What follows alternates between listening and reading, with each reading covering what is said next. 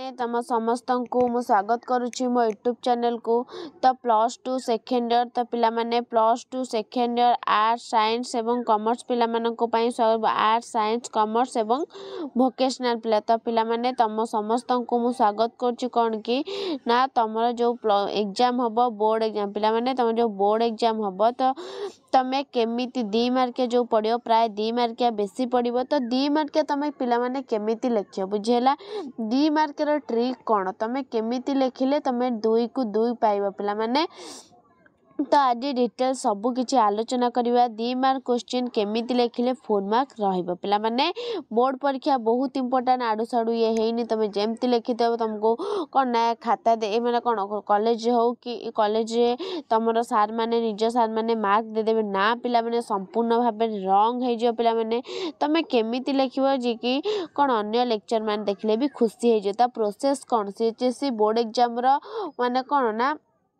ता नियम केमिति तमे क्वेश्चन सब लेखिबो 2 मार्क केमिति लेखिबो पिला माने लॉन्ग क्वेश्चन कहितली केमिति लेखिबो 2 मार्क केमिति लेखिबो तो चला हमें आलोचना करबा पिला माने से विषय रे तो जम्मा भी स्किप करबनी स्किप कले तमे हैरान हे जिवो जानि परिबनी तो चला हमें स्टार्ट करबा वीडियो देखिया पूर्व चैनल ले नुआ थिले सब्सक्राइब कर दबो बेल आइकन को दबाई दबो नुआ नुआ नोटिफिकेशन पाई लाइक शेयर कर दो तो पिला माने देखो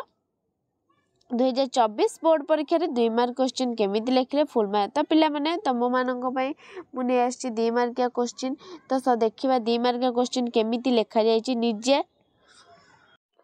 तो पिला माने देखो 2 मार्किया क्वेश्चन केमिति लेखा हबो तो देखो नेएसची मो हाथ लेखार गोटे तो केंद्र तालिका कोन एटा पॉलिटिकल साइंस नेएसची केंद्र तालिका कोन 2 मार्किया क्वेश्चन बेसिकली पॉइंट दिया लेखाबो कना सीएचएससी बोर्ड एग्जाम को 2 मार्किया क्वेश्चन सेमती तमे लेखि दबो जदी 4-5 धाडी मिलिबो बट जदी तमे कोन ना पॉइंट वाइज कर लेखिबो ताले तुमको बेसी भल मार्क मिलो तर ये 1 मार्क हैला 2 मार्क जेहेतु 2 मार्क या क्वेश्चन तमे 2 रु 3टी पॉइंट करी बेसिकली लिखि परिबो 1 पॉइंट करी लेखिबोनी ठीक आंसर लिखितो 2 मिलबो किंतु बेसिकली तमे से 2टा पॉइंट लेखिबो बहुत सुंदर माद ये तो सब किछि जो भी तमरो लॉन्ग क्वेश्चन आसु कि इकोनॉमिक्स हो पॉलिटिकल साइंस हो कि सोशियोलॉजी हो एजुकेशन हो जहां भी हो तमे 2 मार्क एमते लेखिबो एमआई ओडिया तो 2 मार्क कोना प्रथम पॉइंट रे तमे लेखा लेखकन ना लेखिबो ऑप्शनल ओडिया इच्छा देन तो जहार जो भी सब्जेक्ट अछि बॉटनी